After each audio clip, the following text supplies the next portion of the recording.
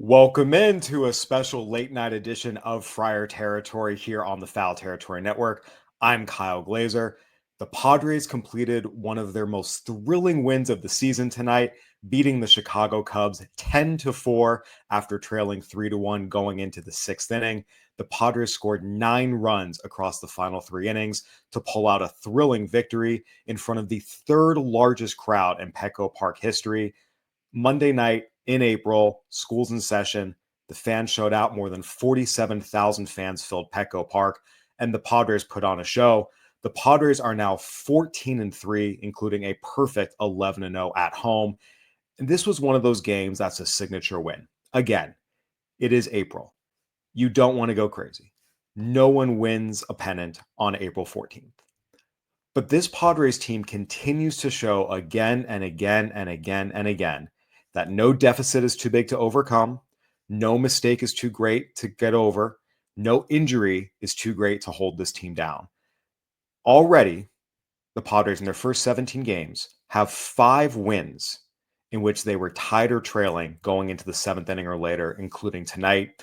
They already had a thrilling comeback against the Cubs in the series finale at Wrigley Field last Sunday, 8 days ago, to beat them 8-7.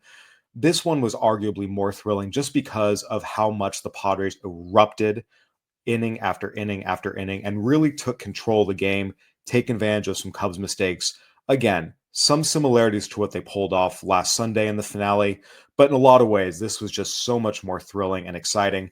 And I think it's really important to go back to this Padres team's maxim. Mike Shildt has said it often, and it is something that is increasingly true about the identity of this Padres team. We don't feel pressure, we apply it. And we've talked about this on the show really throughout these opening 2 weeks. It's visible being down at Petco Park, covering this team live, being in the locker room, talking to Mike Shildt and the coaches, and also talking to front office officials. This is a team that is incredibly resilient, incredibly aggressive, and they do not let anything phase them. And we have seen that over and over and over again. And tonight, I think, was really the best example of it. That this is a team that is going to keep putting the pressure on. They're going to keep having great at-bats. They're going to keep making you work for every single pitch and every single out. And eventually, with all that pressure they apply, the dam eventually breaks. I want to go back to the sixth inning tonight because this is where you saw the Padres' identity really come out in the biggest ways. The Padres are trailing 3-1. Dylan Cease had some rocky moments, but for the most part, was able to hold the line, keep the Cubs to 3 runs. And right off the bat, you saw the Padres start to continue to apply that kind of pressure that eventually is going to force the other team to break. Leading off the sixth, Manny Machado works an 11-pitch walk. Gavin Sheets comes up with 2 strikes on him, a little flare into left field. Cubs miscommunication, let the ball drop in. And again, this is where it comes down to that resilience, that fight. The Padres throughout the night with 2 strikes kept putting the ball in play, kept making the defense work. They didn't let the pitcher record an easy strikeout. They made the pitcher make their pitch and the Cubs defense make a play again and again and again and again. They kept putting the barrel on the ball with 2 strikes. They kept putting the bat on the ball, putting the ball in play and making the Cubs work. And more often than not, if you continue to put the ball in play and give yourself a chance, good things are going to happen. So Machado's 11-pitch walk. Sheets fights off a 2-strike fastball, drops into left field for a single. Xander Bogaerts comes up, works his way back from a 1-2 count to force a walk to load the bases. And then, of course, Jose Iglesias comes in. And again, 2 strikes, an 0-2 count, refuses to strike out, puts the ball in play, little infield single. All of a sudden, it's 3-2. The Padres played small ball, and that's what led to the big things. Again, working walks, coming back from behind in the count, not striking out, putting the ball in play with 2 strikes, making sure you do not strike out in that situation. That's what got them back in the game in the 6th inning. After all that, Jason Hayward comes up and again, doesn't try to do too much, gets a pitch outside the zone, but just takes a nice, smooth, easy line drive swing, puts it back up the middle. Again, Gavin Sheets was on the show and talked about it, and we've talked about it.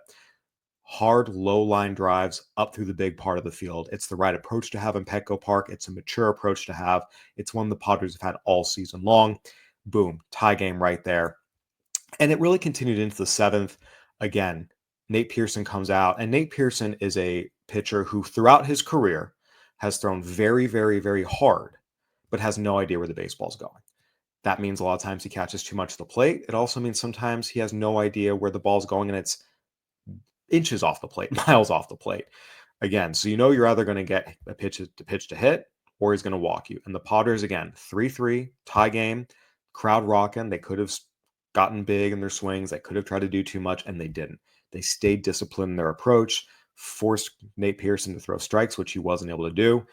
And I want to go back to, again, the big at bat with Gavin Sheets, who continues to come through in big spots for the Padres again and again and again.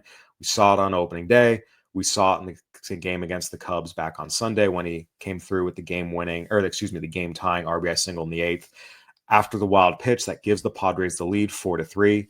Once again, Gavin Sheets gets a full count, another 2-strike count, full count, lines a 2-run single into right field to make it 6-3, gets Petco Park rocking. And again, another big hit with 2 strikes. The Padres were just not going to go down easy. And again, all this with singles, walks, wild pitches, doubles, low flares, infield singles.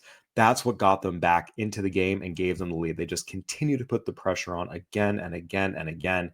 This team is just so relentless. And then, of course, the big blows in the 9th. Keep in mind, the Cubs cut it back down to 6-4. 2-run lead going into the bottom of the 8th inning. This was where the Padres, again, had a chance to respond, and they did. Fernando Tatis Jr., again, with 2 strikes, a 1-2 count, gets a fastball up, parks his second home run of the game into the stands in left field. Luis Arias comes up next, and again, with 2 strikes, a full count, back-to-back homers, that makes it 9-4. The Padres tack on another. This is an incredibly talented team on the high end that is playing exceptional baseball right now. We talk so much about having the right approach and playing clean baseball and making smart decisions on the base pass. That's what separates the teams who are talented but underperform and the teams who are talented and are able to achieve great things. It is very, very, very early. There is a lot of baseball left. They've played 17 games out of 162. There's 145 games left in this season. A lot can and will change between now and when we get to the postseason. But the quality of baseball the Padres are playing right now is championship quality baseball. It does not matter who they're missing. It does not matter how many runs they're down. It does not matter what the situation of the game is, who's on the mound, who's in the opposing dugout. They are coming out. They are having good at-bats. They're putting balls in play. They are putting on the pressure on the base paths. They're playing clean defense. And as soon as the opposing team makes one mistake, they are ready to pounce. They keep applying the pressure. They force the opponent into mistakes by continuing to put the ball in play and being aggressive with everything they do. And then when the mistake finally happens, they kick the door down and explode. We saw that tonight in all its glory. And when that happens, you have a team that is capable of doing special things. You have a team that the opposing team knows they have to play perfect against. And that puts a lot of pressure on them, where they know if they make one mistake, the Padres are going to take advantage. And more often than not, the Padres are going to force them into a mistake by virtue of their style of play. I think it just goes back to, again, I think it's really encapsulated tonight with what the Padres did with 2 strikes. They did not give in at any point. They did not lose their composure and start swinging from their heels, trying to play hero, trying to come up with a big hit. Again, in the 6th inning, Sheets his flare, 2 strikes. Iglesias, his infield single, 2 strikes. 7th inning, the 2-run single by Sheets to extend the lead to 6-3, 2 strikes. 9th inning, Tatis's homer, 2 strikes. Arias' homer to make it back-to-back, 2 strikes. This was just an incredible display of high-quality baseball and high-quality at-bats and high-quality approaches from the Padres tonight in pressure-packed situations. And for so many years, this was a franchise that did not do that. There were so many years where this franchise, really the entire 2010s, if they were down 2-0 in the 3rd inning, the game was over. They didn't have the talent to come back from it, and they didn't have the right coaching or approach to come back from it. We saw them develop that ability in 2020. We saw them show that ability throughout 2022. And then 2023, the star-laden team, they didn't do it. They would start sleepwalking through games. They'd get down. They wouldn't be able to come back. And everyone talked about, oh, it's a lot of one-run losses. It's bad luck. It wasn't bad luck. It was terrible approaches at the end of games, guys trying to play hero, guys not doing the little things they need to do. to come back from deficits, have good at-bats, continue to put the ball in play, be aggressive. We saw in 2024, this team really, really started to find their groove in that regard throughout the season. You only need to go back to April last year when the Padres were down to the Cubs 8-0 and came back to win. We saw it throughout their early season series against the Dodgers and throughout the rest of the season as well. And they have carried that over into 2025. As I mentioned, already 5 wins in games in which they were tied or trailing in the 7th inning or later. Tonight, the latest example of this team just doing everything right at the plate in crunch time. And let's not forget the bullpen once again holding the line. Dylan Cease allowed 3 runs over 5 1/3 innings. Over the final 4 2/3, the Padres bullpen allowed 1 run. This is the formula. The bullpen holds the line. The offense continues to put the ball in play, continues to run the bases aggressively, continues to put pressure on the opposing team. Eventually, the dam breaks, and they're able to come back. Just a thrilling, thrilling win, a thrilling, thrilling night for all of San Diego. One of those games that you will look back on, no matter how the rest of the season goes, and be like, that was an incredible night for all who were there, for all who watched it, for all who saw it. We're going to talk a little bit more about this game, what the Padres have accomplished so far this season, what's coming up next. We're going to take a quick break here from our sponsors. We'll jump right back into it. FT fam, you got to check out HelloFresh. I know AJ's favorite part of HelloFresh. They've got the 15-minute meals, 3 steps, and you've got your dinner. I love it. I love it. It comes fresh to your house. Mm-hmm. It's pre-packaged with all the ingredients in almost a brown bag. Comes with all the instructions. And what I like most about it is some people say, I don't like to cook. I like to actually chop the ingredients, cook them up. That way it makes it feel like, even though it was pre-packaged, you feel like you're doing something. And it's so fresh. Fresh vegetables, fresh meat, high quality. Comes with all the sauces, comes with all the spices you need. Yes, and if you're like, hey, you guys talk about Green Chef, that's right. They're in the same fam. Both bring different strengths to the table. So check out HelloFresh, of course, and get yourself up to 10 free meals and a free high protein item for life at HelloFresh.com/FT10FM. 1 item per box with active subscription. Free meals applied as discount on first box. New subscribers only, varies by plan. That's up to 10 free HelloFresh meals. Just go to HelloFresh.com/FT10FM. All right, welcome back to Friar Territory here on the Foul Territory Network. Once again, the Padres beating the Cubs 10-4 tonight in front of the 3rd largest crowd in Petco Park history, scoring 9 runs across the final 3 innings. They are 14-3, the best record in baseball, and a perfect 11-0 at home. And we really saw how big of an impact a sold-out ruckus crowd can have on a team. Fernando Tatis talked a little bit about postgame, but I want to go back to the conversation I had this morning with Mike Cameron, where I asked him directly, how big of an impact does it make when you walk out and you have 43,000 screaming fans versus 15,000 fans kind of looking at their phones, golf clapping half into it? And he talked about how much it energizes everyone on the field. And I think we see so many people who just frankly have never played a competitive sport at a high level who say, oh, there's no such thing as momentum. Confidence doesn't really, it's a mental construct. The energy from the crowd, all these things don't really matter. And again, that's the equivalent of telling someone's, tell me you've never played baseball without telling me you've never played baseball or any sport. When you have that energy behind you, when you have that crowd behind you, you feed off that. Everything about that just gives the team energy. It doesn't mean they're automatically going to win, but it does mean that when push comes to shove in crunch time, when you've got 43,000 people cheering for your team, going crazy, going wild, you feed off that. You absolutely draw energy from that. And a lot of times that translates into big moments and big performances, especially by big players. And we saw it again tonight. The Padres were down. This crowd was going crazy the entire night, and they could sense what was happening. Every little thing, Machado's 11-pitch walk, 2-strike hit from Sheets, Bogart's coming back from a 1-2 count to draw the walk to load the bases. You saw the crowd going crazy. They could feel it. They knew what was happening, and the players fed off of it. Mike Cameron has been a part of so many teams that have had big crowds behind them, from the 2001 Mariners to playing for the Red Sox, and of course the Padres division championship team in 2006, as well as their team that fell just short in 2007. He's seen it all through different cities. He understands. He knows how big an impact a ruckus crowd can make. And that's what we're getting in San Diego right now. This is one of the things that I think Peter Seidler deserves so much credit for what he has built. This is his legacy. That any night of the season, Petco Park will be sold out. The fans will be engaged. They will be going crazy. The idea that Petco Park was one of the best home field advantages in baseball would have sounded absolutely insane 10 years ago. And yet here we are. If you invest in the product on the field, you create a great in-game experience. You're honest and transparent with the fans at every step. They are going to show up and they're going to reward you. And that is what we've seen in San Diego. The Padres have been a top 5 team in attendance every year since 2021. And I really do mean this. And I have said this previously, and I'll say it again.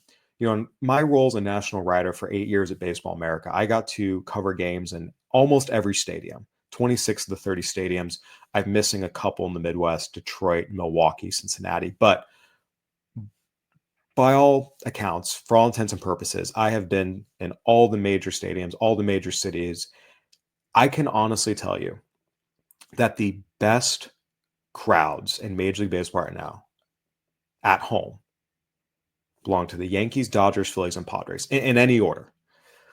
The idea that the Padres would be in the same breath as the Yankees, Dodgers, and Phillies for craziest fans, best home field advantages, again, it would have seemed insane 10 years ago, but that is where we are today. And I really mean that as an impartial reporter and journalist who has seen it all.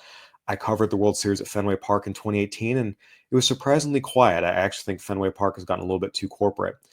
The loudest crowd I've ever encountered was Game 3 of the 2016 World Series at Wrigley Field, covering that, the Cubs' first World Series game since 1945.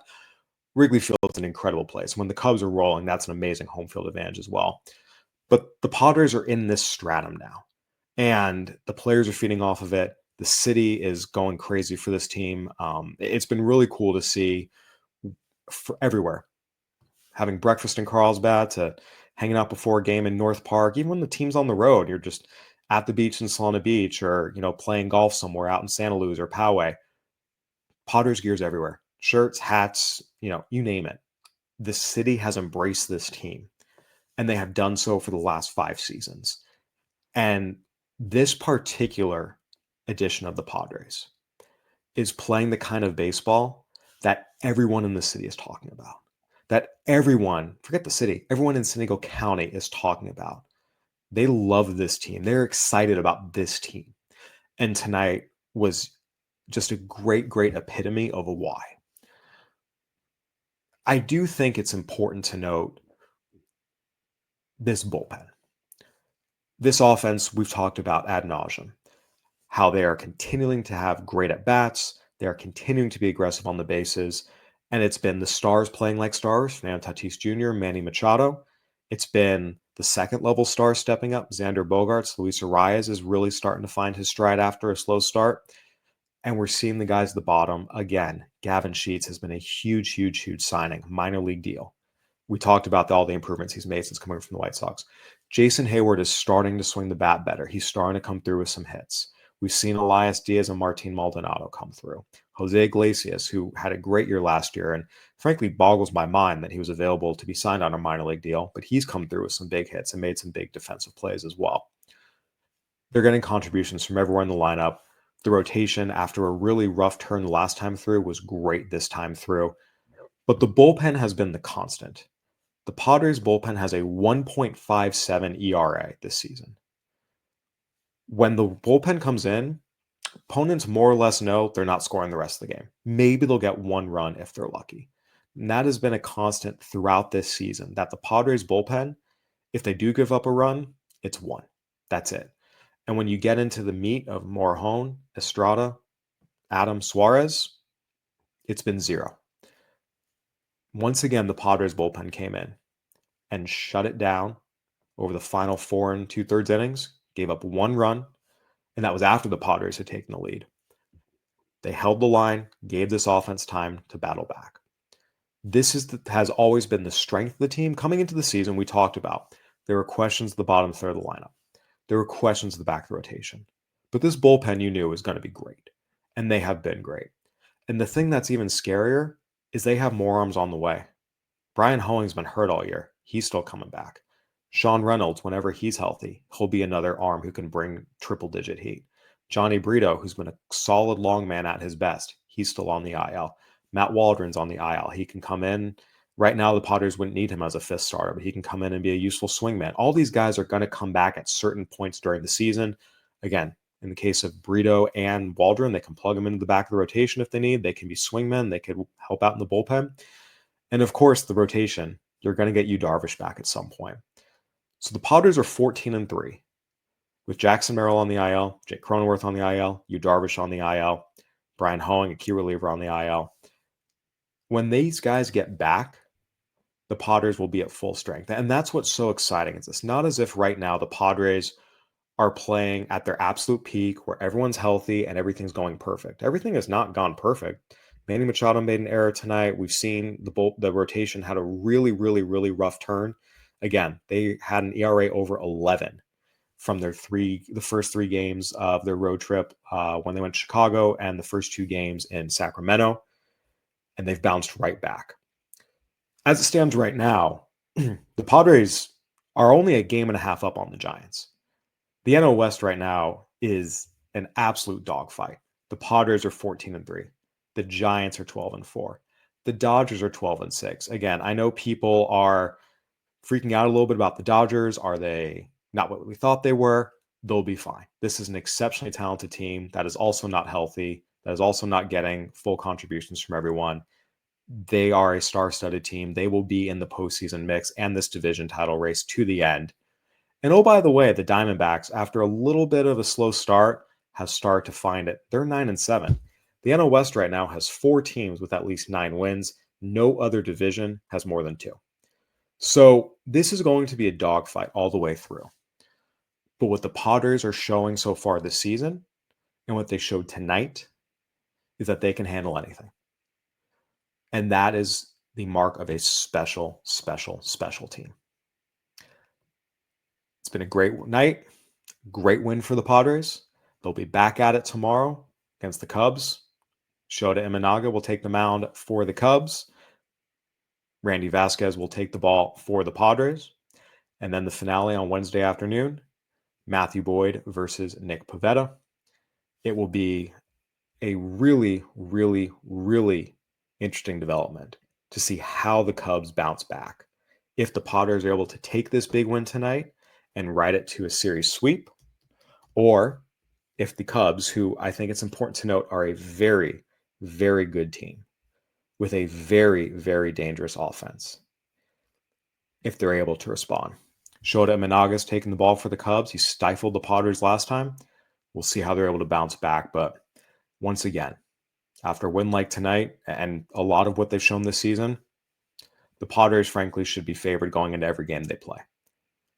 They're a talented team playing extremely high-quality baseball. As Mike Schultz says, they don't feel pressure, they apply.